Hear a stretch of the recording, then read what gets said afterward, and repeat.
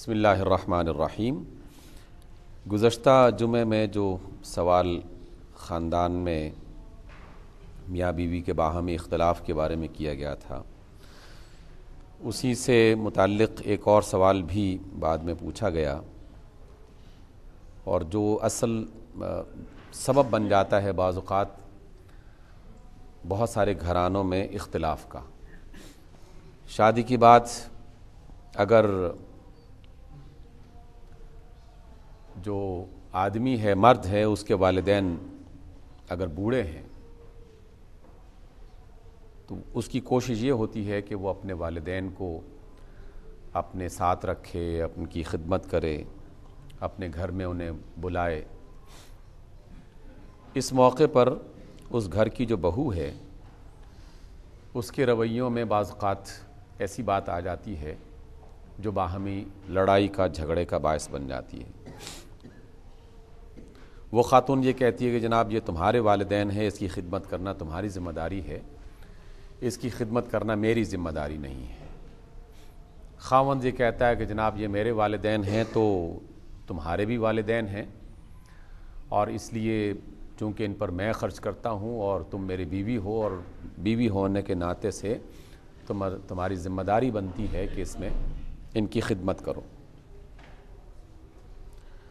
ہمارے معاشرے میں یہ بھی دیکھنے میں آیا ہے کہ اگر کسی گھر میں بوڑھے والدین اور ان کا کوئی بیٹا موجود نہ ہو، وہ اپنی کسی بیٹی کے پاس رہنا چاہیں تو خاندان میں اور آس پاس کے رہنے والے بعض وقت اس پر بھی انگلی اٹھانے کی کوشش کرتے ہیں کہ جناب یہ اپنی بیٹی کے ہاں رہ رہے ہیں، اپنی بیٹی کا کھا رہے ہیں۔ بہت سارے خاندانوں میں میں نے یہ بھی دیکھا، اور اکثر اس اعتراض پر لوگوں کے جھگڑے ہوئے کہ خاوند اپنی بیوی پر یہ شک کرتا ہے یا اعتراض کرتا ہے کہ جناب یہ میری بیوی جو ہے وہ پیسے اپنے والدین کو دے دیتی ہے، اپنے بھائیوں پر خرچ کرتی ہے۔ اس طرح کی جتنے بھی مسائل ہیں الجھنے کے، در حقیقت اس کا سب سے بڑا سبب دین اسلام کو نہ سمجھنا ہے۔ اگر واقعی ہم لوگ اللہ کے دین کو اور رسول اللہ صلی اللہ علیہ وسلم کی تعلیم کو سمجھ جائیں تو اس طرح کا جھگڑا پیدا ہونے کا امکان ہی نہیں ہو سکتا۔ پہلا نقطہ جو ہمیں سمجھنا چاہیے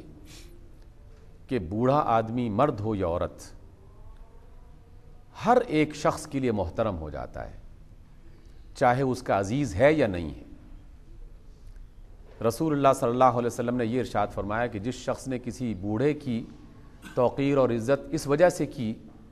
کہ یہ میری باپ کی طرح بوڑھا ہے اور اس کے بھی بال سفید ہو چکے ہیں، تو اللہ تعالیٰ اس کو بھی ایسا اجر عطا کرے گا کہ جس کا وہ اندازہ نہیں لگا سکتا۔ آپ علیہ السلام نے ارشاد فرمایا کہ جو اپنے والدین کے دوستوں کی خدمت کرتا ہے اور جو اپنے ماں کی سہیلیوں کی خدمت کرتا ہے، اللہ تعالیٰ نے اس کے لیے بھی ایسا اجر رکھا ہوا ہے کہ اس کا کوئی اندازہ نہیں لگایا جا سکتا۔ تو سب سے پہلا تعلق تو بوڑھے والدین، چاہے وہ لڑکے کی طرف سے ہوں یا وہ لڑکی کی طرف سے ہوں، خاوند کے بوڑھے والدین ہوں یا بیوی کے بوڑھے والدین ہوں، ان بوڑھے والدین کا حق بنتا ہے کہ دونوں مل کر ان کی عزت، ان کی خدمت، ان کا احترام کرنے کی کوشش کریں۔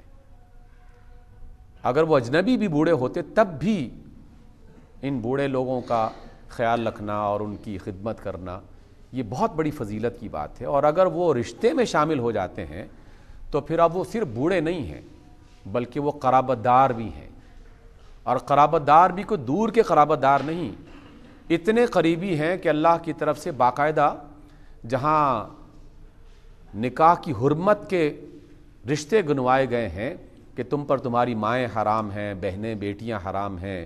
بھتیجیاں بھانجیاں حرام ہیں، وہاں یہ بھی کہا گیا ہے کہ تمہاری بیوی کی ماں جو ہے یعنی تمہاری ساس بھی تم پر حرمت کا درجہ رکھتی ہے تمہارے لیے۔ یعنی یہ جو حرام ہے یہ صرف نکاح کے حرام ہونے کے حوالے سے نہیں ہے بلکہ اس کی حرمت اور تقدس اور احترام کی وجہ سے ہے۔ اس وجہ سے بوڑھے ماں باپ چاہے خاوند کے ہوں یا چاہے بیوی کے ہوں، جس کو بھی موقع ملتا ہے اسے اللہ تعالیٰ کا شکر ادا کرنا چاہیے کہ اللہ تعالیٰ نے جنت کا دروازہ کھول رکھا ہے ان کے لیے۔ اس لیے کوئی شخص اگر یہ سمجھتا ہے کہ جناب میں اس کو نہیں آنے دوں گا، یا بیوی سمجھتی ہے کہ میں تمہارے والدین کو نہیں آنے دوں گی، تو یہ سوائے اپنے لیے ایک بہت بڑے خسارے کے اور وہ کچھ نہیں کر رہے ہیں۔